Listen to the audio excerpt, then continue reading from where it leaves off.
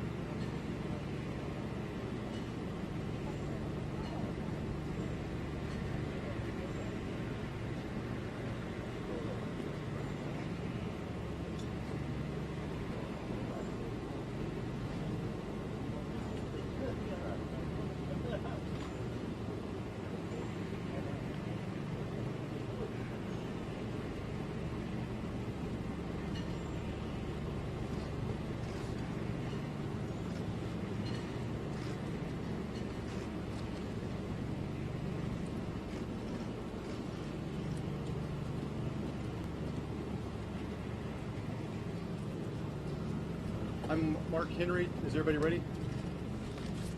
I'm Mark Henry. I am the County Judge of Galveston County, Texas. I'm the Chief Elected Official in Galveston County. We are unfortunately all here today because of a tragic event that occurred this morning at Santa Fe High School. Fortunately for us, we did have a rapid response from a lot of state and U.S. leaders that are down here now. We've spent a little bit of time briefing Governor, Lieutenant Governor, Senator Cruz, and other elected officials on the events that happened this morning.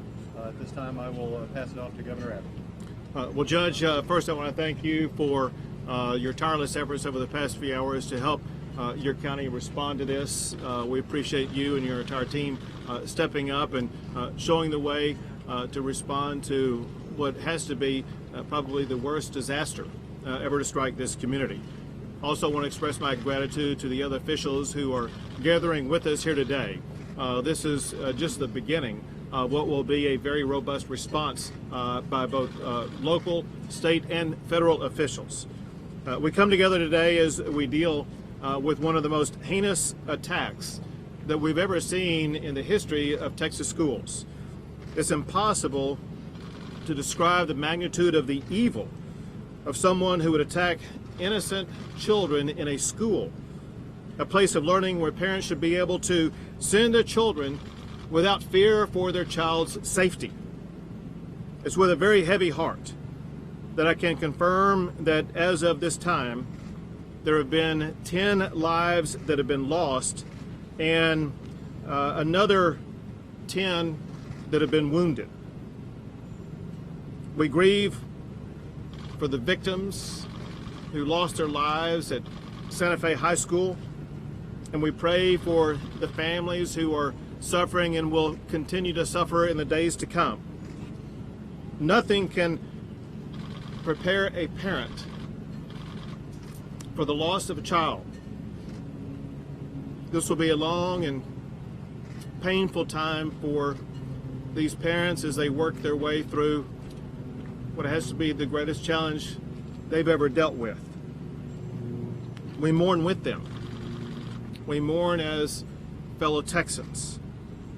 But we must come together as one community at this time of enormous suffering and show the victims and their families the support they need and they deserve.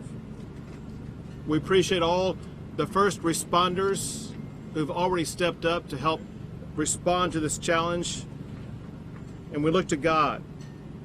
We look to God to give the first responders as well as the victims and their families the guidance they need in the coming days and weeks as we work to continue to get to the bottom of what happened and, very importantly, work to respond to this challenge.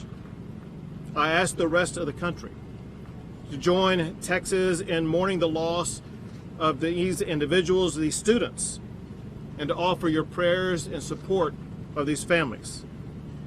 And I ask every parent out there, wherever you may be, to hold your children close tonight and let them know how much you love them. Now, we have two goals going forward. The immediate goal is to work in the immediate aftermath of this catastrophe to gather the evidence and information that is needed to ensure that this crime is going to be prosecuted appropriately, while also working in tandem to ensure that we provide the families and victims as well as all the children at this school and schools across the entire independent school district with the support and resources and counseling they need. Second, we need to do more than just pray for the victims and their families. It's time in Texas that we take action to step up and make sure this tragedy is never repeated ever again in the history of the state of Texas.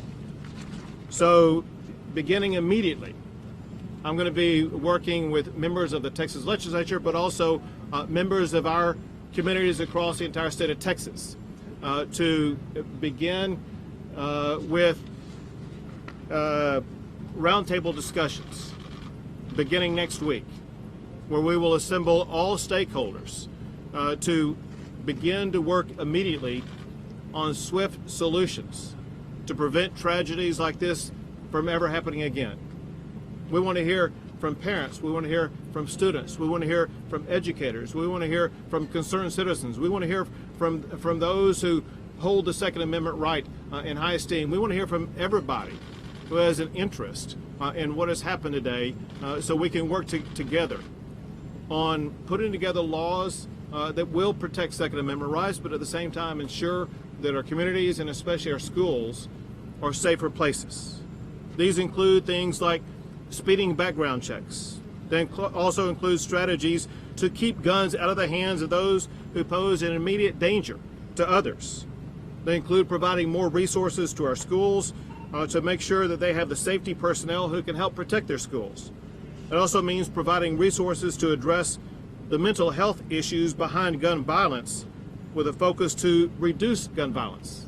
It also means perhaps expanding a program that we've seen work effectively in the Lubbock Independent School District, where they have ways of measuring mental health challenges of students and being able to identify those who may pose a risk, and looking to deploy those strategies in school districts across the state of Texas. Listen, the fact of the matter is, in the fog of the aftermath of a catastrophe like this, the answers are not always immediate, but the answers will come by us working together. Now, that said, I do want to cover some of the details of where we stand right now, understanding that we will be providing updates later. I mentioned those who have been identified as being deceased and wounded, and we will provide an update on that later on. We are still, law enforcement is still in the process of undertaking both searches and investigation of the entire scene as well as other locations. They have warrants out concerning the person who was responsible for the shooting, and they include warrants to search 2 residences. The reason why there is some slowness in being able to undertake these searches is because of the potential for explosive devices to be found in these residences, as they want to make sure they're able to enter them without anybody being harmed. One reason why there is concern about explosive devices is that various different kinds of explosive devices have already been detected. One was a CO2 device, another was a Molotov cocktail, and there are various other types of explosive devices that have been identified both in a home as well as in a vehicle. There's also a search warrant out for the vehicle of the shooter, but again, care and caution is being undertaken to make sure that entry is not made into that vehicle in a way that could pose harm to the people who are trying to enter into it. We also know information already that the shooter has information contained in journals on his computer and his cell phone that he said that not only did he want to commit the shooting, but he wanted to commit suicide after the shooting. As you probably know, he gave himself up and admitted at the time that he didn't have the courage to commit the suicide, that he wanted to take his own life earlier. He is currently at the Santa Fe Police Department. The Santa Fe Police Department is working in collaboration on this investigation with the FBI, with the Texas Department of Public Safety, with the ATF, with the Galveston Police Department, as well as the Galveston County Sheriff's Office.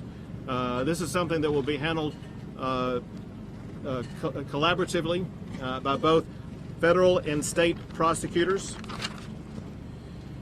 So you'll know there are 1 or 2 other people of interest that are going to be and are currently being interviewed.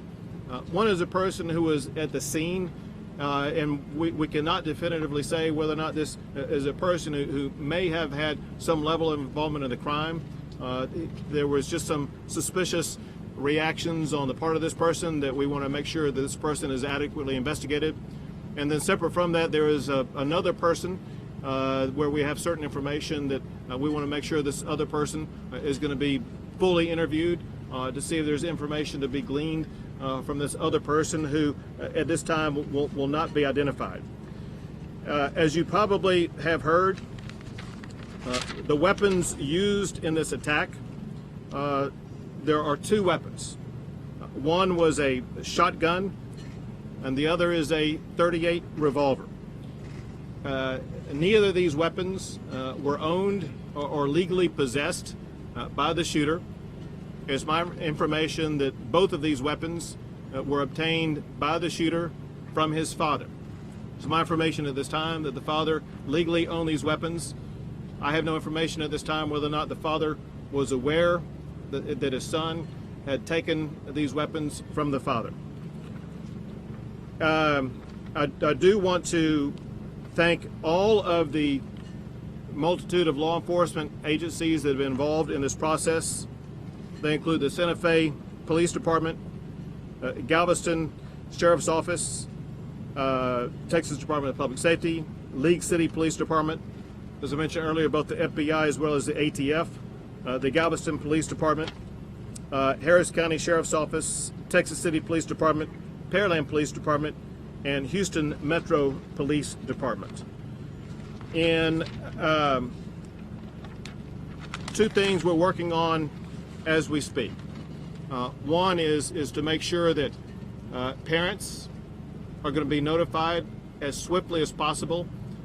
One thing that depends upon is how swiftly the crime scene is going to be able to be dealt with the concern being that for the potential of explosive devices on the crime scene. I think that's something that can be worked out here in a very short period of time. Second, very importantly, is the necessity of providing counseling to everybody involved. Certainly counseling for the families, for any living victim, but for all of the students at the school, and I would say any student in the entire independent school district. I know that resources are being provided by the county for that.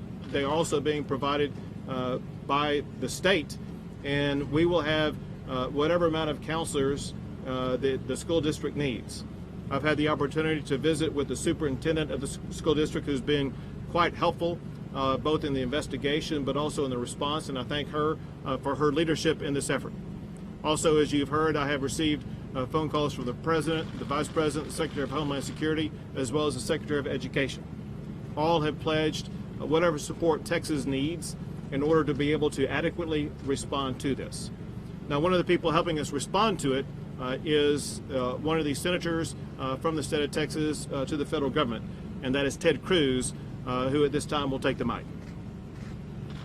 Thank you, Governor, and thank you for your strong leadership of the state, particularly in times of crisis. Once again, Texas has seen the face of evil. What happened this morning here in Santa Fe defies words. The agony, the hell that that this community is going through is unimaginable. Every one of us that's a parent that sends our sons or daughters off to school in the morning, to have this horror greet them. This community is grieving mightily, and the entire state of Texas, the entire country is grieving along with these parents, grieving along with these students. There have been too damn many of these. Texas has seen too many of these. We've seen deranged murderers, whether this morning here, whether a deranged bomber in Austin murdering innocent people, or whether 6 months ago in Sutherland Springs, another evil criminal murdering innocent people. 2 weeks ago, I was back in Sutherland Springs at the rededication of that church on the 6-month anniversary of that horrific crime, and the word of encouragement that I would give to the people of Santa Fe as you deal with this unimaginable grief is that in the wake of this horror, that community and this community came together, leaned on each other, stood side by side with each other, cried on each other's shoulders, held each other, prayed for each other, helped each other stand up. And I can tell you, in Sutherland Springs, 6 months after the horror, there was hope and joy. There was grief and mourning and loss, but there was also hope and joy. I'll tell the people of Santa Fe, you are right now being lifted up at this instant in prayers by millions of people across Texas, across the country, and across the world. And in the public policy arena, we need to be doing everything humanly possible to stop this from ever happening again, to stop violent criminals, to stop them from getting firearms, to stop them from getting access to schools, to incarcerate them when they try to illegally purchase firearms. In the days ahead, we'll discover more about this particular shooter, about what red flags, what warning signs there may have been or there may not have been. And I'm sure we'll have a robust conversation about what more could have been done to prevent this horrible atrocity. But Texas, as a state, will make it through this. This community, Santa Fe, will make it through this, leaning on each other, praying for each other, standing with each other. We will make it through this. And we thank the incredible heroes that we saw today, those in law enforcement that rushed into harm's way, teachers, students. We know that we are going to hear the bravery that manifested in the face of evil. Bravery that we know was done, at least in some instances, at great cost and great sacrifice, including the sacrifice of people's own lives. And so we celebrate that bravery, that courage. At the same time, we grieve the horror of this mass murder. With that, I'd like to recognize our Lieutenant Governor, Dan Patrick. Thank you, Senator. Once again, thank you to law enforcement, and we all pray to lift up these families and all of the students. What can we do now? One, if you're a parent and you own guns, lock your guns safely away. Your children should not be able, or anyone else, to get your legally owned guns. It's a serious issue. It's one big step that we can take. Number two, this school, Santa Fe School District, was actually one of 186 schools that received a safety award for going through a program that the state administered out of over 1,000 school districts. Dr. Wall and her staff had done everything that they could to protect these students. There were 2 officers assigned to this school, plus a roving officer. The chief was on his way to the school when the first shots were fired. In fact, it was the chief who was able, we understand, to pull back the one officer when he was shot, to pull him to safety and return fire. We may have to look at the design of our schools moving forward and retrofitting schools that are already built. And what I mean by that is there are too many entrances and too many exits to our over 8,000 campuses in Texas. Over 8,000 campuses. There aren't enough people to put a guard at every entrance and exit. You would be talking 25, 30, 40,000 people. But if we can protect a large office building or a courthouse or any major facility, maybe we need to look at limiting the entrance and the exits into our schools so that we can have law enforcement looking at the people who come in 1 or 2 entrances. Schools may have to have their start day. Not all students show up at once, so that we don't have every student, there are 1,400 students at this school, trying to get in the door at once. We're going to have to be creative. We're going to have to think out of the box. Because from what we know, this student walked in today with a long coat and a shotgun under his coat. It's 90 degrees. Had there been one single entrance possibly for every student, maybe he would have been stopped. Now that will take a lot of work and a lot of money, but we need to do the work and do the money to protect the children the best we can. In other words, we need to harden our schools and make them safer. And that's just one of many answers, and that's why the governor's calling for the roundtable to discuss every option. But this is not acceptable in the state of Texas or in this country. This must end, and we must do everything we can. We can't protect every parking lot and every stadium and every building, but we can sure do better. And as a nation, we should look at the design of these schools that right now let people who are evil come onto the campus and take innocent lives. The legislature will work side by side with the governor.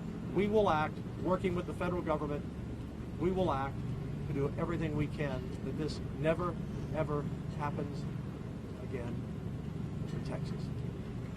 And now, our Colonel Steve McCraw from State Police, Department of Public Safety. Colonel. Governor. I just want to underscore some of the points that the governor made. First and foremost is that when you get these calls, every police officer, no matter where you are, has to immediately engage the active shooter, period. There's no alternative, because every second means someone else is going to die. In this situation, you had that.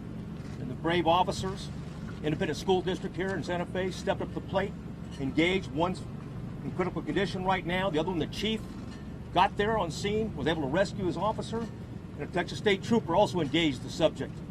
And we know that because they were willing to run into that building, engage them right now, the other lives can be saved. That's absolutely important. And in terms of the investigation, I'm going to defer to the special agent in charge of the FBI in terms of going up. But I can tell you this, everything that can be done is going to be done, and it's done at the local, state, and federal level. We're all partners. We'll get to the bottom of this in terms of motivation. But we do have a statement from the subject right now. That's important. Again, the subject's alive. That helps to identify motive, which is important. And going forward, we'll continue to investigate. Good afternoon. My name is Perry Turner, Special Agent in charge of the Houston FBI office. And I want to say my heart's thoughts and prayers go out to the Santa Fe community. This is truly a tragedy. I would like to thank our federal, state, and local partners for working this investigation jointly with us. It is a joint effort. Every resource is being used to bring this matter to a successful conclusion. We are still in the process of gathering evidence, of conducting several interviews, doing several search warrants. So this investigation is still pending and ongoing. As far as information, once we receive the information, we release the information to you in a very timely manner. Because the investigation is still ongoing, we are still in need of more information. We're still gathering it. So anyone with photos, videos, or information on their phones, please take them to our FBI Texas City office. The address is 600 Gulf Freeway, Suite 211 in Texas City. And also anybody with additional information, please call 1-800-CALL-FBI. That's 1-800.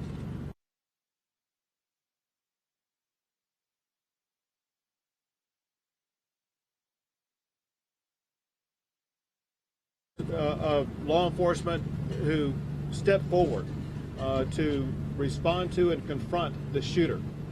Their action probably ensured that more lives were not lost. And also, once again, we send our hearts out to comfort the families of the victims.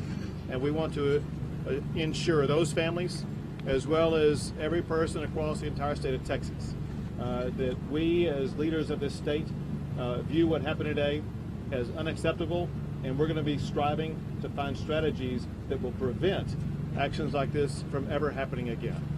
We'll be happy to take a few questions. Governor Abbott, who's on your dream team? Who do you want at that round table come Monday morning? Very, very importantly, we need to have people participating in this round table who will bring a diversity of ideas, strategies, thoughts, and concerns. I would like to see 2 members from the Texas Senate, 2 members from the Texas House from the legislative side. It's also important to have families, victims, educators, but also understanding this doesn't just happen in school, it happens elsewhere. So we want to see others who were impacted by shootings like this. It'd be great to have some people who were victims of Sutherland Springs there, for example, as well as concerned parents. But also it's very important to have those who believe in making sure that gun rights are protected. So we want to have everybody who brings every perspective so that we can find the right strategies that will actually work. Any specific legislators? That will be up on for the Lieutenant Governor to decide and for the Speaker to decide for their respective bodies. Governor, legislatively, if you could propose something right now, what would it be? Interestingly, I had prepared a policy paper that I was going to be rolling out next week addressing gun safety in the state of Texas. And I ticked off a few of those policy proposals in general, but they do include some things that actually would not be relevant to what happened today. But they do include speeding background checks. They do include strategies to keep guns out of the hands of those who pose an immediate danger to others. They do include providing more resources to schools to have safety personnel that are needed to respond, but also what you might call hardening of schools. They include resources to address the mental health issues that are seemingly behind so many of these shootings, and make sure that we're able to address those mental health issues in a way that reduces gun violence. It also includes looking at that program, the mental health program that's been employed by the Lubbock Independent School District, and look to expand that to other schools across the state. Governor, can you provide any more details on the confrontation with law enforcement? How much longer after the shooting began was law enforcement able to confront the shooter? Any information on that?